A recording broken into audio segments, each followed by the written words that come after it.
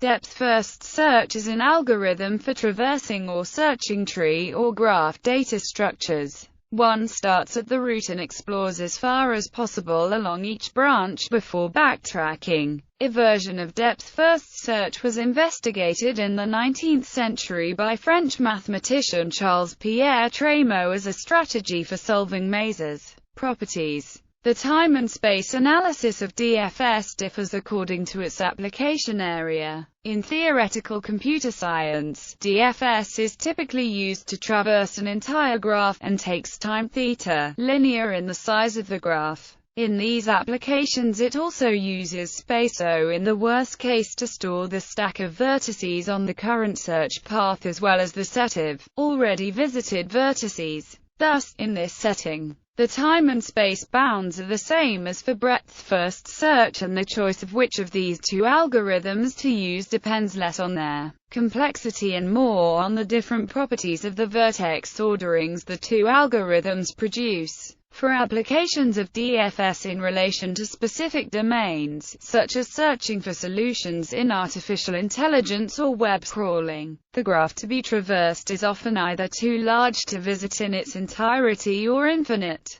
In such cases, search is only performed to a limited depth, due to limited resources, such as memory or disk space. One typically does not use data structures to keep track of the set of all previously visited vertices. When search is performed to a limited depth, the time is still linear in terms of the number of expanded vertices and edges, but the space complexity of this variant of DFS is only proportional to the depth limit, and as a result, is much smaller than the space needed for searching to the same depth using breadth-first search. For such applications, DFS also lends itself much better to heuristic methods for choosing a likely-looking branch, when an appropriate depth limit is not known a priori. Iterative deepening depth-first search applies DFS repeatedly with a sequence of increasing limits. In the artificial intelligence mode of analysis, with a branching factor greater than 1, iterative deepening increases the running time by only a constant factor over the case in which the correct depth limit is known due to the geometric growth of the number of nodes per level. DFS may also be used to collect a sample of graph nodes. However, incomplete DFS, similarly to incomplete BFS, is biased towards nodes of high degree. Example: for the following graph, a depth-first search starting at A, assuming that the left edges in the shown graph are chosen before right edges, and assuming the search remembers previously visited nodes and will not repeat them, will visit the nodes in the following order: A, B, D, F, E, C. The edges traversed in this search form a Trémaux tree, a structure with important applications in graph theory. Performing the same search without remembering previously visited nodes results in visiting nodes in the order A, B, D, F, E, A, B, D, F, E, etc. forever, caught in the A, B, D, F, E cycle and never reaching C or G. Iterative deepening is one technique to avoid this infinite loop and would reach all nodes. Output of a depth-first search.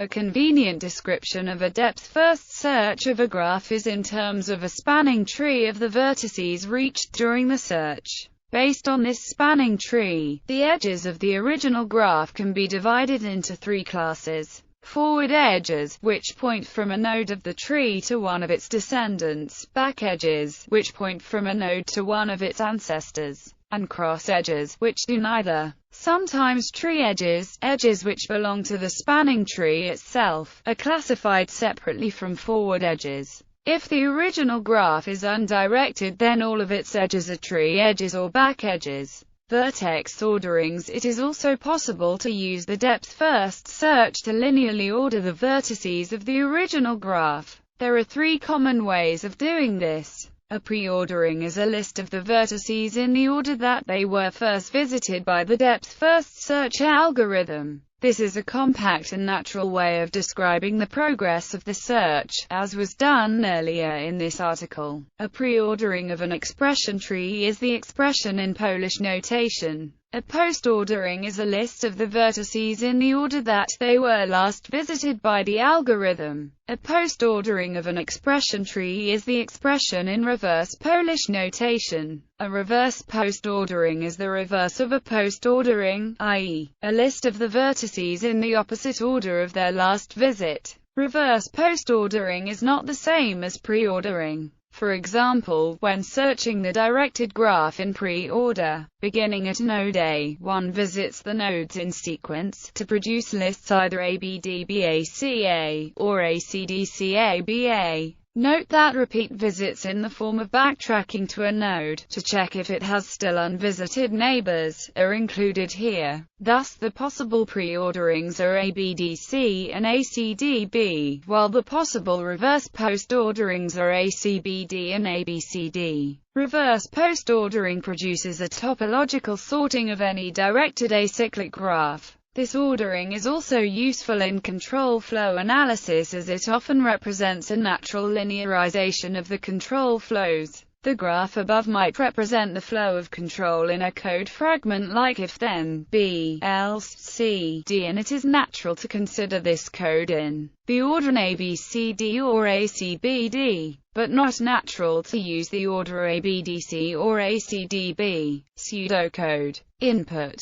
a graph G and a vertex V of G. Output: all vertices reachable from V labeled as discovered. A recursive implementation of DFS. 1 procedure DFS. 2 label V as discovered. 3 for all edges from V to W in G. Adjacent edges do 4 if vertex W is not labeled as discovered. Then 5 recursively call DFS. A non-recursive implementation of DFS. 1 procedure DFS iterative. 2 let S be a stack. 3 S push 4 while S is not empty. 5 V equals S dot pop. Do 9 S push. These two variations of DFS visit the neighbors of each vertex in the opposite order from each other. The first neighbor of V visited by the recursive variation is the first one in the list of adjacent edges, while in the iterative variation the first visited neighbor is the last one in the list of adjacent edges.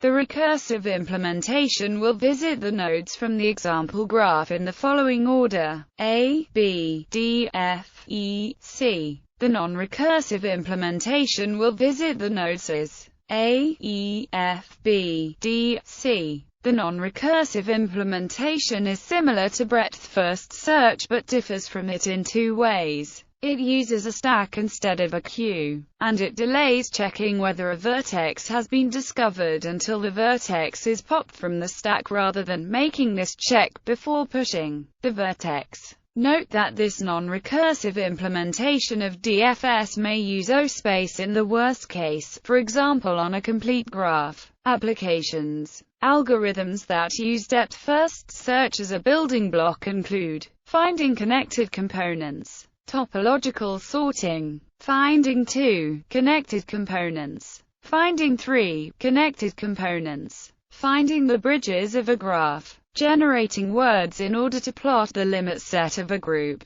finding strongly connected components, planarity testing, solving puzzles with only one solution, such as mazes. Maze generation may use a randomized depth-first search, finding by connectivity in graphs. Complexity. The computational complexity of DFS was investigated by Reif, who showed that a decision version of it is p-complete, meaning that it is a nightmare for parallel processing.